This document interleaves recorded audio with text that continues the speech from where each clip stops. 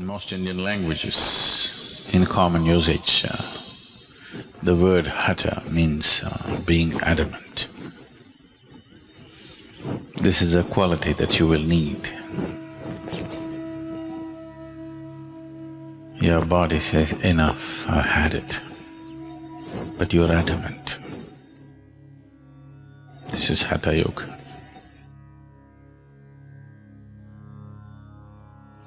Your mind says, I give up, I can't do this anymore. But you are adamant, you simply do it. So Hatha Yoga is about creating a body which will not be a hurdle in one's life. It will become a stepping stone, but not a hurdle, not a roadblock in one's progress of blossoming into his ultimate possibility.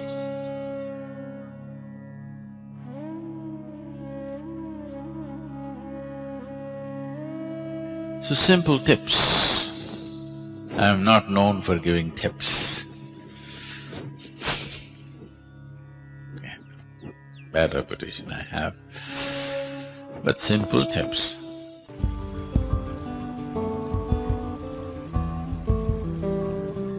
In the yogic culture, a shower, there was no shower. Bath always meant dip in the river. They always went to the river, dipped, come out and do it.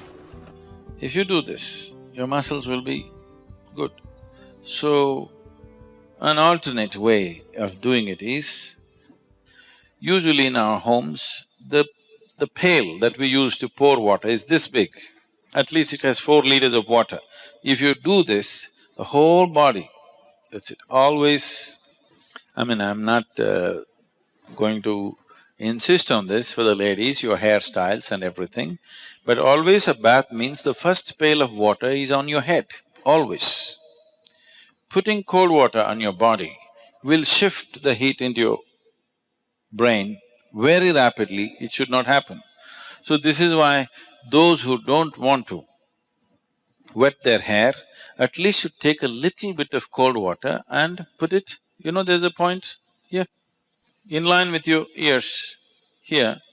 At that point, you put little cold water, immediately you will see a certain cooling happens in the head region. After that, you can have bath with just the body. But otherwise, you always… the first pail of water is over your head, not on your body. So what you do is, you fill the bucket and that's the best way to do it in the morning. The body should be immersed in water, that you're trying to create a simulated dip in the river, okay? At the same time, the whole body should be…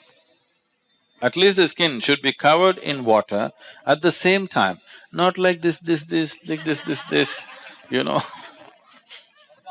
If you pour water, the whole body… the body should think you're taking it for a dip.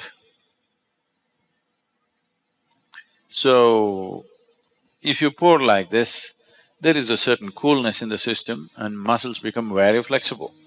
Shower can do it too, if the shower is forceful enough, or at least if the volume of water is good enough, shower can easily do that.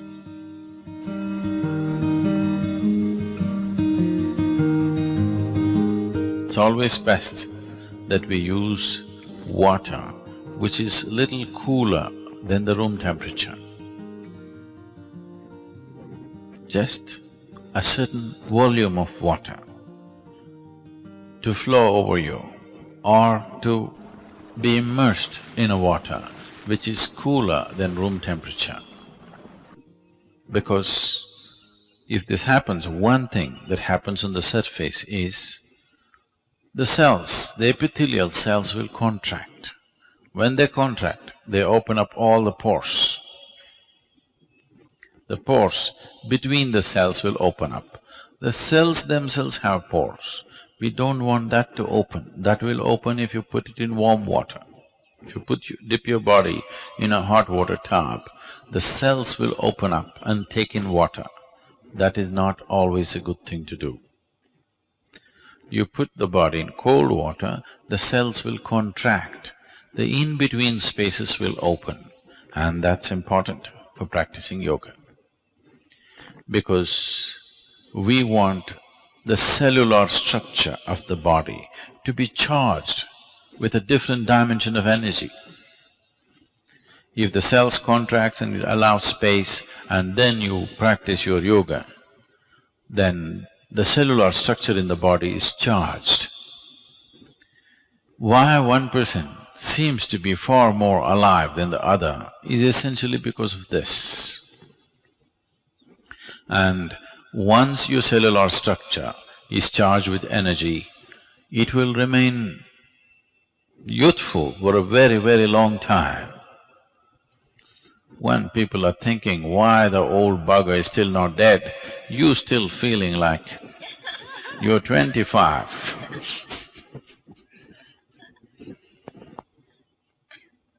Hatha yoga is a way to frustrate the world also.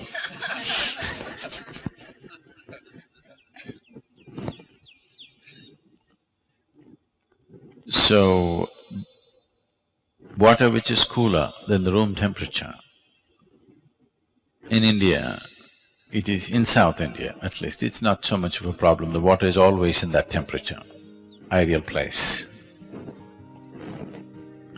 But if you're in a colder country, if you're in a temperate climate, the water may be too cold. That is not good. The water must be, let's say, within 5 to 8 degrees centigrade lower than the room temperature, not more than that.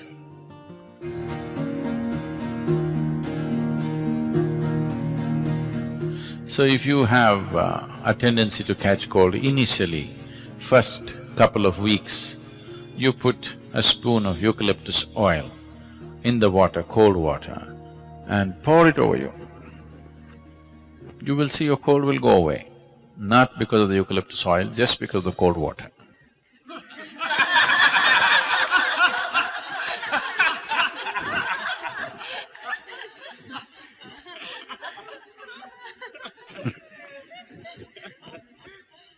If you have an infection and something else where excess mucus is being generated, that needs to be treated differently. But as I said, the water should be just somewhere 5 to 8 degrees below room temperature, not an excessively cold water, no.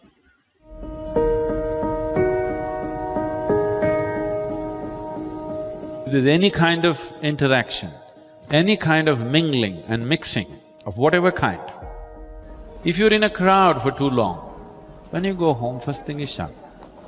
You must do this. If it takes 3, 4, 5 showers in a day, it doesn't matter. For a sadhaka, it's good to shower many times a day. You shouldn't overdo it. But there were times when I used to shower minimum 5 to 7 times a day. Now it's come down to maybe 2 definitely, sometimes 3. 2 is a must for you. More is good.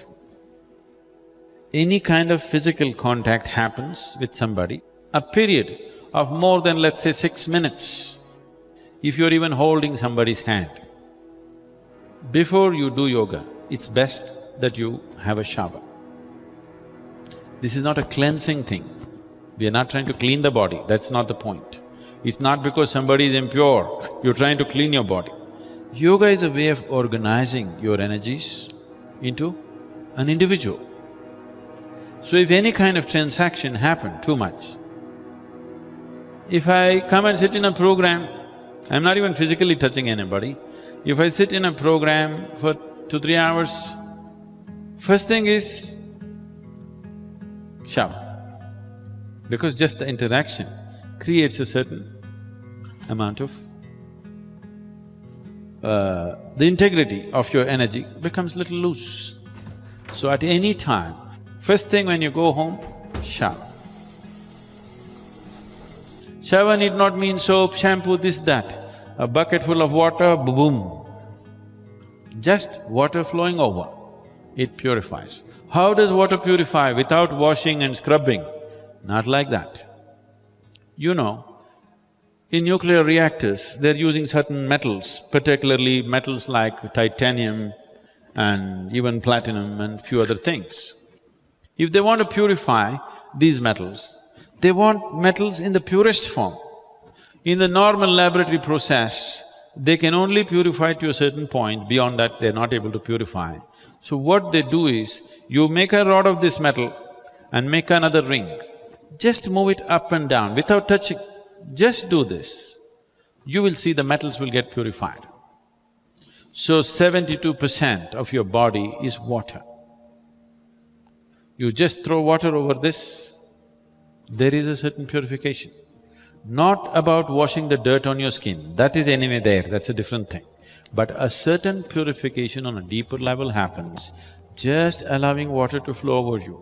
Have you seen, suppose you are very tense on a particular day, when you go and stand under the shower, you don't want to come out, you want to just stay there for some time. Those 3 minutes or 5 minutes in the shower hasn't solved any problem in your life, but when you come out, it looks like it's gone. You're like born fresh. Have you noticed this? You feel it's all gone because all that's happening is, this is largely 2/3 of it is water. If just water flows on this, certain things will change.